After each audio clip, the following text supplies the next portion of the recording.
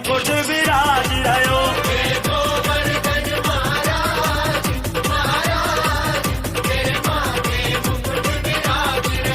तेरे माथे मुकुट विराज रहो। एकदा गृहदासेषु यशोदानंद गेहिनी कर्मांतरनियुक्तासो नर्ममंतु स्वयं दधिः। पूजा का पंडित जी महत्व क्या है ये जानते हैं? गोवर्धन पूजन का यह महत्व है कि लक्ष्मी जी पहली बात किसी के पास बिना बुलाए नहीं जाती, बिना परिश्रम के नहीं जाती।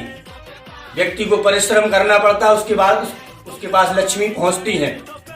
तो लक्ष्मी जी ने सोचा कि गौ माता में सभी देवता, हमारे स्वामी भी विराजमान हो रहे हैं गौ माता में, हो सकता है हम चलें, हमें भी कहीं स्थान प्राप्त हो जाए।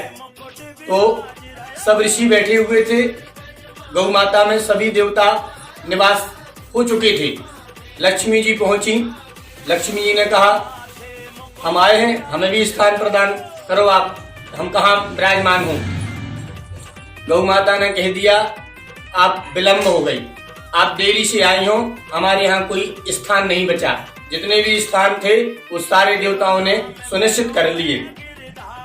लक्ष्मी जी ने कहा बड़ा अनादर हुआ, हम बिना बुलाए आ गए, हमें कोई स्थान प्राप्त नहीं हो रहा, इसीलिए हम सोच भी रहे थे कि हम बिना बुलाए ना जाएं। जब बुलाते तब हमें स्थान प्राप्त होता।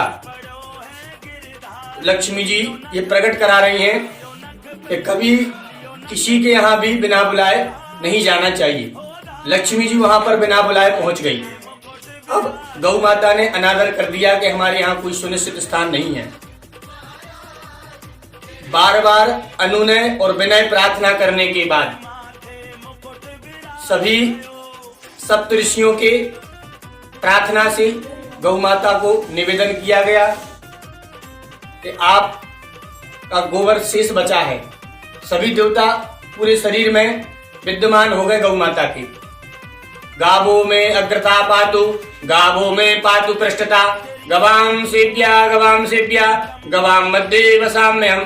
गऊ के आगे पीछे ऊपर नीचे सब जगह सब देवता विद्यमान हैं।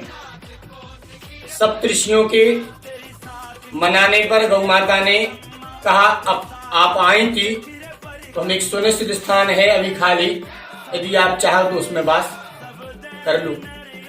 लक्ष्मी जी प्रसन्न सी हो गई कि चलो कचूराहट से तो मिली हमारे लाजे, तो वहाँ स्थान तो मिल रहा है।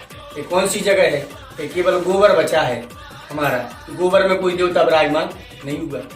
लक्ष्मी जी कह रही चलो ठीक है, वही भलो स्थान तो प्राप्त हो जाए कम से कम। तो लक्ष्मी जी गौ माता ने गोबर में स्थान प्रदान किया, इसीलिए उस दिन से गौ के गोबर को धन की उपमा दी गई। इसीलिए अमावस्या से दोष तक कोई अपने घर का गोबर नहीं देता, अपने घर का गोबर देता नहीं है।